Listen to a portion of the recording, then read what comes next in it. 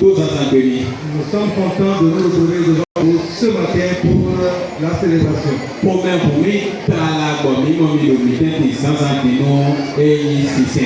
Et c'est une journée exceptionnelle, une journée d'action de grâce à Akobato.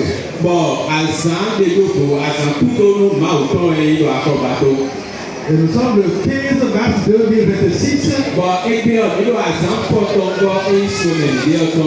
Et ce 15 mars me rappelle plusieurs dates.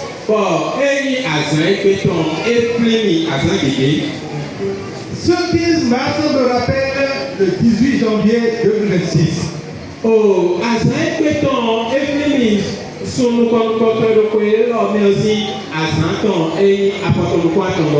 Et ce 1er janvier, ce 18 janvier, nous avons vu notre pasteur célébrer le culte avec nous, un peu fatigué.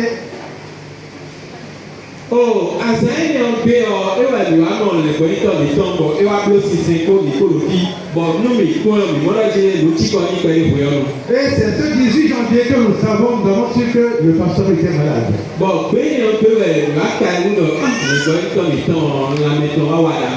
Des prières ont été faites en sa direction.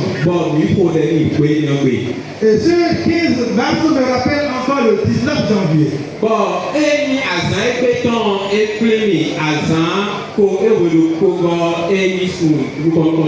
Le 19 janvier où le diagnostic a été posé sur l'état de santé de notre pasteur.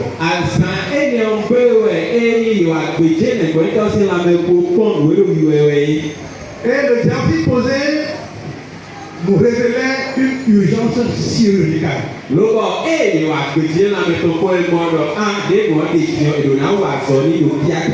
Il faut courir pour aller à la chirurgie pour que le pasteur soit opéré.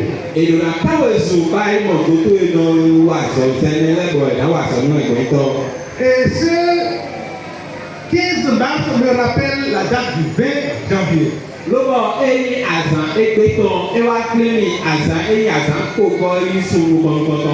Ce 20 janvier, où le pasteur était admis au bloc pour l'intervention.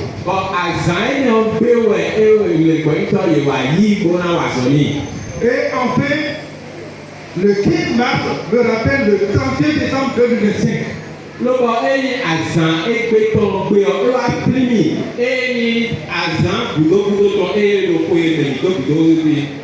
Le 31 décembre 2025, le thème de l'année 2026 a été dévoilé.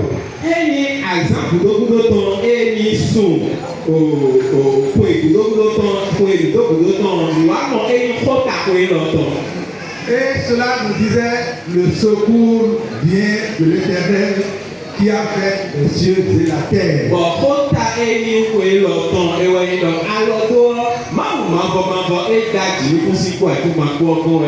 Le 20 janvier, lorsque le pasteur était admis au bloc, c'était le sujet de nos prières pendant qu'il était là.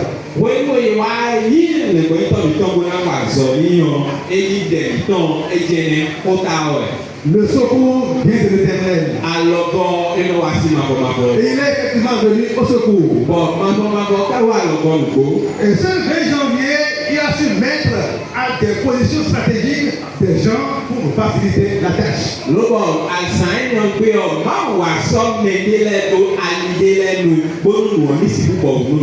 Bienvenue dans le Seigneur. Le thème de l'année 2026 est une thème prophétique. Et avant la fin de janvier, nous avons commencé par voir les fruits. Dieu est intervenu et la santé du pasteur a été restaurée.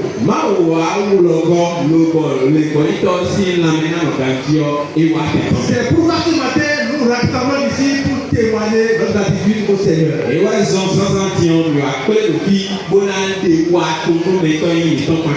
Alléluia. Amen.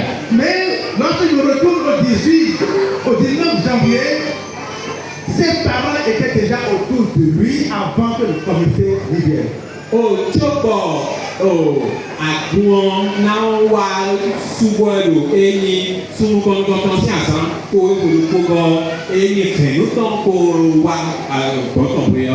Déjà avant que je sois à Anastasis, les parents étaient déjà autour de notre pasteur.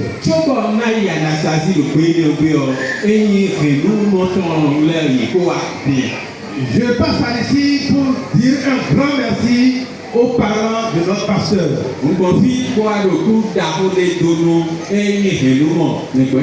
Je veux donner la famille Kézoya, mon père. Et la belle famille, la famille Bokwe. Je voudrais dire un grand merci à Madame Pasteur qui n'a pas abandonné son homme pendant qu'il était malade.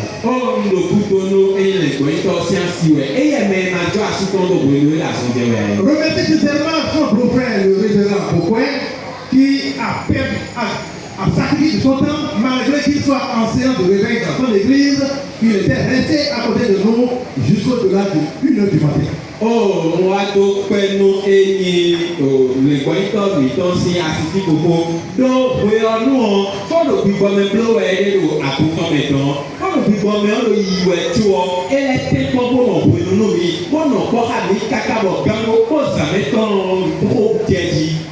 Cher révérend, que le Seigneur vous bénisse. Amen. Je voudrais remercier aussi certains fidèles qui ont connu leur pasteur et que lorsqu'il était à l'hôpital, ils n'avaient pas ménagé leurs efforts pour être à côté de nous.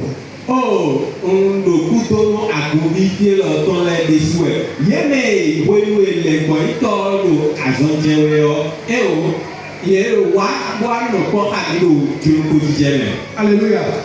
Je tiens sincèrement à remercier certains fidèles qui étaient des anciens fidèles au pasteur Kézo. Ils ont appris qu'il était malade, ils ont couru pour venir l'assister. Que le Seigneur le bénisse.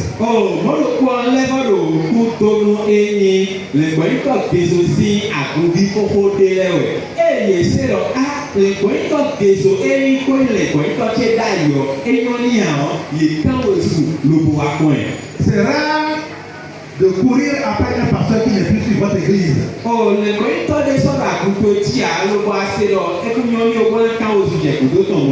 Et je suis sûr que les pasteurs, le pasteur qu'ils ont semé dans leur vie, qu'ils sont en train de demander sa gratitude en assistant à l'hôpital.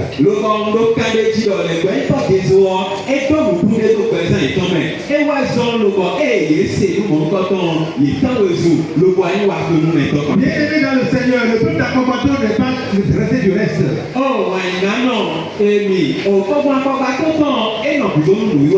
Pendant que le pasteur était encore à l'hôpital, nous avons sollicité pour des actions que vous n'avez pas, vous avez obéi.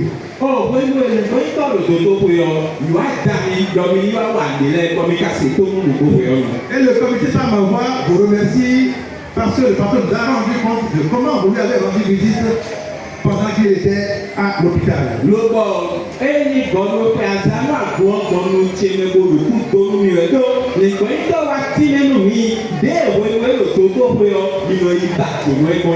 Que le Seigneur vous bénisse. Qu'il vous bénisse. Famille, que le Seigneur vous bénisse. Famille, vos frères, que le Seigneur vous bénisse. Tout le peuple d'Awabato vous a béni au nom de Jésus. Amen.